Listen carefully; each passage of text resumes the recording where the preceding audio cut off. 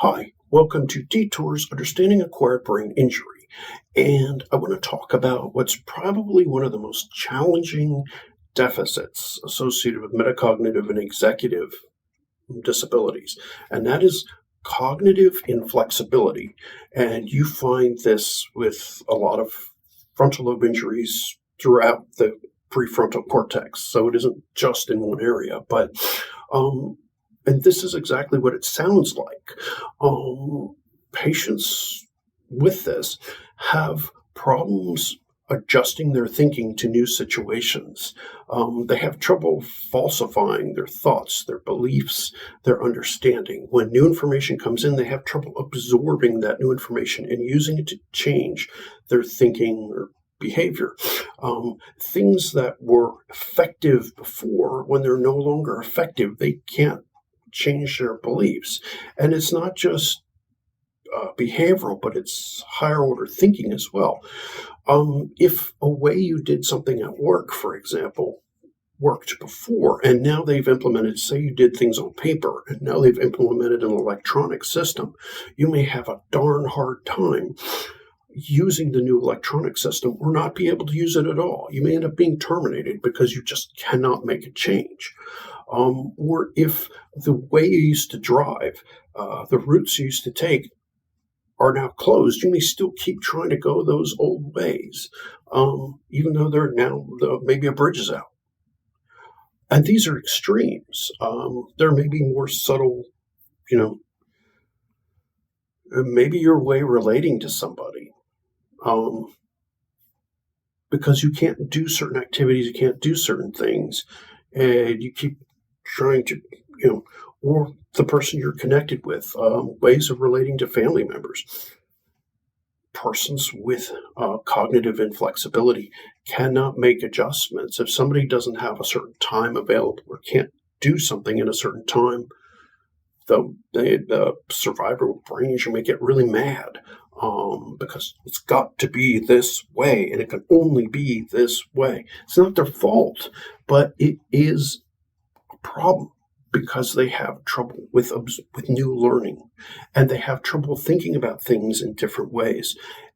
And to make matters worse, they're very concrete. Many survivors have trouble thinking about their own thinking. They have trouble adjusting it, and they have trouble thinking in the abstract, how things may be related. Maybe they don't understand why the person has trouble with their schedule because, their kids are back home from school or, other things like that. They can't plug it in. They just see from their own perspective and in the immediate and now. And so this just really complicates things, or problems at work.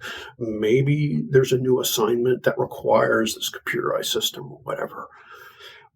And so, they tend to get stuck. And this relates to a problem called perseveration, which is to be stuck on thinking about certain things, people. Maybe they have this can lead to prejudice, because if you cannot falsify your own beliefs, if you cannot unlearn or unthink a way to do, if you have a belief that a certain group is lazy or is dangerous or is snobby or is all rich or whatever, you cannot unlearn that way of thinking. So you will always approach this group in this way. And so it leads to bigotry, or what looks like, even though there's necessarily no intent behind it, it isn't a malevolent intent. It is due to the fact that one cannot unlearn this way of thinking. So it is a cognitive problem that manifests behaviorally or emotional. You may find a lot of people with acquired brain injury tend to be very fundamentalistic religiously, whether it's Christianity, Judaism, Buddhism, Muslim, whatever, because there are a set of rules. Boom, this is how it has to be. And it is easy to, you don't have to falsify your own beliefs. You don't have to change how you're thinking. Everything is laid out. There was a study done in Britain where they looked to see whether this made sense. And in 2009, and they found this tended to be true because they also tended to embrace other systems of belief that were laid out Again, it's not that it's intentional or full with any kind of meanness. It's just like it's simpler and the thoughts are laid out for people.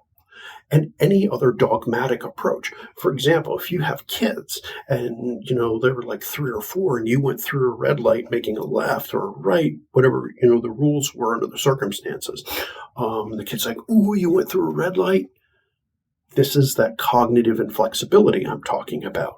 It's like you may go through a red light under certain circumstances, but a dogmatic thinker, a person with cognitive inflexibility, doesn't understand that there are exceptions and that you need to modify your thinking. If you have cognitively inflexible thinking, the understanding that or making changes to your thinking is really hard. Now, of course, this falls along a spectrum. There are those who have very mild cases of this where it only affects maybe a perception of jokes having like flipped meanings or making modification, to the most extreme cases where literally a person with cognitive inflexibility cannot deal with any change. And if things are exactly so all the time, they're incapable of functioning. Many of these folks end up in a nursing home, but it does help to understand that cognitive inflexibility is arguably one of the most disabling traits. And so what you need to do is teach step by step for every kind of scenario you can imagine. It does in some cases get better, but mostly this is one of those challenging kind of disabling features. Arguably one of the worst cognitive problems. And this is a problem with thinking. This is not intentional behavior, just like perseveration, getting stuck on perseveration. A little sample of what it's like. Consider this song.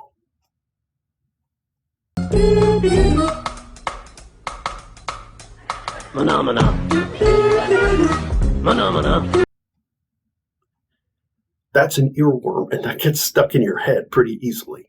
But you can't get out of that pattern of thinking. This is a very mild example of perseveration, being stuck on an idea, sound. And that's just a mild example. But this applies to other things. Thinking about things like this, people, it's almost obsessive in a way. But this applies to other things and not being able to undo it. It also has connections with problems with self-awareness.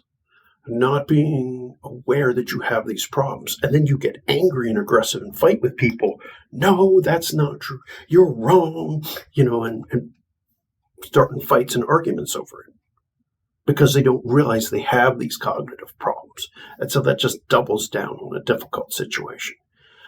So, and this is part of the whole point between teaching people about executive problems. And metacognitive, thinking about thinking, being able to adjust your own thinking. And so this is also a metacognitive deficit, a deficit in thinking about your own thinking, because it interferes with your ability to make change, stop a behavior once it's started, when it's no longer appropriate. And this kind of behavior may lead to conflicts in all kinds of environment, and it's multi-domain. It affects social, work, home, friendships, across life, and it interacts with other metacognitive symptoms as well.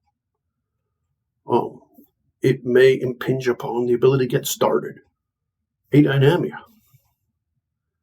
So it's important to understand how this works. And this is, again, a frontal lobe symptom, as executive symptoms, metacognitive symptoms tend to be. Okay, so hope you learned something. Please continue following the series about executive metacognitive deficits. Please click like, subscribe, and continue to follow us. Please make any comments below, any questions you have.